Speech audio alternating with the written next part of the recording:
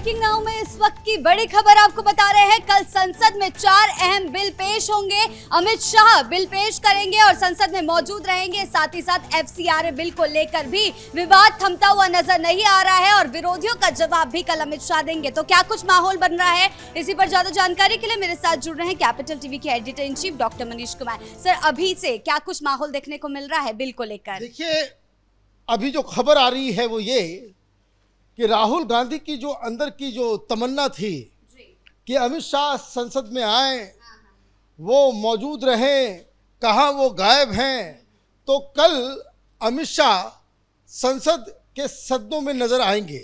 और जो जानकारी आ रही है, जो ब्रेकिंग न्यूज़ बताया जा रहा है भारतीय जनता पार्टी के सोर्सेस से, वो ये कि कल 4 महत्वपूर्ण बिल जो है वो पेश किए जाएंगे और उसमें डिलिमिटेशन भी, महिला आरक्षण बिल भी और FCRA कानून भी उसमें शामिल है। और इसको लेकर के बवाल मचा हुआ है। सवेरे से आप देखिए कि किस तरह से ट्विटर के ऊपर, X के ऊपर राहुल गांधी और किरण रिजिजू में वाद विवाद चल रहा है। कई सारी बातें जो है हो रही है, लेकिन जो इनसाइड स्टोरी वो ये है कि कल अमित शाह सवेरे से ही संसद के अंदर मौजूद होंगे। बताया ये जा रहा है कि ये माहौल को थोड़ा खत्म करने के लिए भी बिल भी वो पेश करेंगे। और जो विपक्ष जो सवाल जवाब की मांग कर रहा है कि छात्रों के ऊपर किसने डंडे बरसाने की, पेलेट गन चलाने का आदेश दिया, उसके ऊपर अमित शाह जो है जवाब दे, तो वो जवाब भी अमित शाह कल देंगे। सरकार ये नहीं चाहते कि FCRA बिल बिना किसी डिस्कशन के, हालांकि सरकार चाहे तो ये काम कर सकती है कि बिना डिस्कशन के ही पास कर दिया जाए, जैसे वंदे मातरम पास हो गया, जैसे और भी 4-5 कानून जो है इसी सत्र में कि जब वो लोग हंगामा करते रहे लेकिन फिर भी पास करा दिया गया। लेकिन सरकार ये चाह रही है कि वो प्रॉपर डिस्कशन से, और अगर इस पे विपक्ष एग्री करता है तब तो ठीक, अदरवाइज सरकार इन 4 बिल को लेकर के आगे जाकर के इसको पास कराने की कोशिश करेगी। अब समस्या ये है कि सरकार ये नहीं चाह रही है कि आप इतना FCRA को लेकर के डिस्कशन हो जाए, इतना डिलिमिटेशन को लेकर के डिस्कशन हो जाए और सरकार बैकफुट पे नजर आए। ऑलरेडी सरकार जो है इस सत्र में बैकफुट पे नजर आ रही है, क्योंकि छात्रों का आंदोलन हुआ, आपने जो कभी होता नहीं था, एजुकेशन मिनिस्टर का इस्तीफा हुआ, तो सरकार इस मोड से बाहर निकलना चाहती है, एक मैसेज देना चाह रही है कि सरकार कोई बैकफुट पे नहीं है। और जो बताया ये जा रहा है कि इसके लिए ऑलरेडी जो संख्या है वो 360 की आवश्यकता है, 366 तक इनके आंकड़े जो है वो पहुंच गए हैं। अब कल एक और बड़ी खबर ये है कि 8 सांसद, ये शरद पवार की NCP वाले, वो सवेरे सवेरे कल 10 बजे प्रधानमंत्री मोदी से मिलने जा रहे हैं और वो FCRA कानून को समझना चाह रहे हैं। ऑलरेडी डिलिमिटेशन के ऊपर शरद पवार की पार्टी की तरफ से कह दिया गया है कि जो जानकारी आ रही है कि संख्या सीधे सीधे 50% बढ़ा दिया जाएगा, वो एग्री कर रहे हैं, उनको इसके ऊपर कोई आपत्ति नहीं है। तो संख्या धीरे धीरे बढ़ती चली जा रही है। TMC के तमाम लोग जो है वो, और एक और बड़ी डेवलपमेंट जिसको आप कह सकते हैं कि कल शाम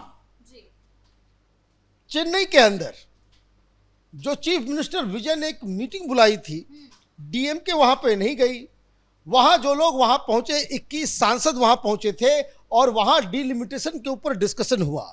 उसके बाद DMK ने साफ साफ कहा कि हमारी जो चिंता थी वो चिंता इस चीज़ को लेकर के थी कि जो संख्या बढ़ाई जा रही है जनसंख्या के अनुपात में, कहीं ऐसा ना हो कि तमिलनाडु को नुकसान हो जाए।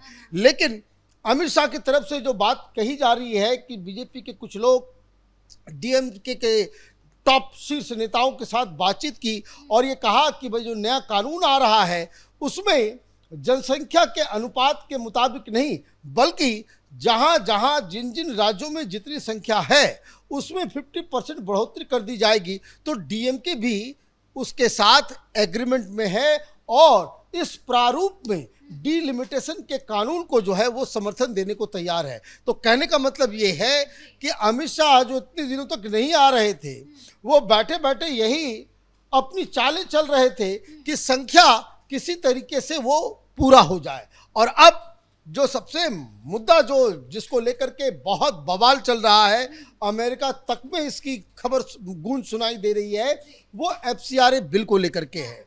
एफसीआरए बिल को लेकर के कुछ क्रिश्चियन कम्युनिटी के लीडर से भी गृह मंत्री की मुलाकात हुई और उनको समझाया गया है और उन्होंने ये भी कहा है कि जब ये बिल पेश किया जाएगा तो ये जो क्रिश्चियन कम्युनिटी को एक अंदेशा है उसको भी सॉल्व किया जाएगा, क्योंकि उनको साफ साफ कहा गया कि जो आपकी जो समस्या है, आप ये कह रहे हो कि इस कानून के जरिए जो कोई भी विदेशी फंड से आया हुआ कोई चीज़ अगर आपने एसेट क्रिएट किया, सरकार उसको हड़प लेगी। तो ये क्रिश्चियन कम्युनिटी के बीच ये हंगामा किया जा रहा है कि जिस तरीके से वक्फ के ऊपर किस तरीके से मुसलमानों को बहकाया गया, अफवाह फैलाई गई कि आपके मदरसों को, आपके मस्जिदों को सरकार छीन लेगी। इसी तरीके का कन्फ्यूज़न अभी एफसीआरए को लेकर के है कि सरकार जो है चर्चों को छीन लेगी। ये साफ साफ बताया गया गृह मंत्रालय की तरफ से कि कोई रेट्रोस्पेक्टिव जो है उसका एप्लीकेशन नहीं होगा। और वैसे भी जो जवाब जो राहुल गांधी और कांग्रेस पार्टी जिसका पूरी तरीके से विरोध में खड़ी है एफसीआरए का, उससे ये सवाल पूछा जा रहा है कि आप क्रिश्चियन कम्युनिटी का बहाना क्यों कर रहे हो? अगर जो पैसे विदेश से आते हैं उसमें मात्र 20% वो क्रिश्चियन मिशनरीज के लिए है। आप क्रिश्चियन मिशनरीज का काम आप कीजिए, आप चर्च बनाइए, सब कुछ कीजिए, लेकिन इस कानून में आप उस पैसे को कन्वर्जन के ऊपर खर्च नहीं कर सकते। क्या आप कन्वर्जन के लिए पैसे लेकर के आते हो? कन्वर्जन का काम जो है वो विदेशी चंदे से, विदेशी पैसे से नहीं होगा।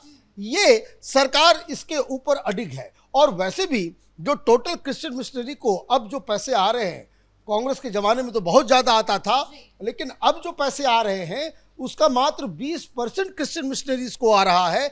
80% ये अलग तरह के एनजीओज को मिल रहा है। उस तरह के एनजीओज जो पैसे मंगवाते हैं शिक्षा के प्रचार के लिए। आप जो है गरीबों को एजुकेशन देने के नाम पे विदेश से पैसे लेकर के आते हो और मालूम चलता है कि उस पैसे का इस्तेमाल आप जो है एडमिनिस्ट्रेटिव कॉस्ट दिखा करके आप धरना प्रदर्शन आंदोलन में खर्च कर रहे हो। आप अपने पैसे को जो है वो नक्सलियों को बांट रहे हो। आप अपने पैसे से जो है यहाँ पॉलिटिकल गतिविधियों में आप जो है शामिल हो जा रहे हो। तो ये तो रोकना पड़ेगा। ये एक ऐसा ऐतिहासिक बिल है जिससे बहुत सारी समस्याएं वो खत्म होगी। और कांग्रेस पार्टी ये क्यों कर रही है? क्योंकि आपको याद होगा कि कांग्रेस पार्टी की जब सरकार थी यूपीए, तो उस दौरान सोनिया गांधी की एक एनएसी हुआ करती थी, है ना। वो सरकार के ऊपर एक सरकार थी और उसमें एक से एक छटे हुए ये एनजीओ झोला छाप किस्म के लोग जो विदेशी चंदे के ऊपर ही जिनकी जिंदगी चलती है, वो लोग उसमें शामिल थे। तो ये एक प्रेशर कांग्रेस की तरफ से दी जा रही है कि आप जो है ये पैसा जो है वो ना करें। अब अमेरिका की तरफ से आया कि नहीं भाई, ये तो क्रिश्चियनिटी को जो है वो कटेल करने के लिए, अब वहाँ अमेरिका के अंदर दूसरा डिबेट शुरू हो गया।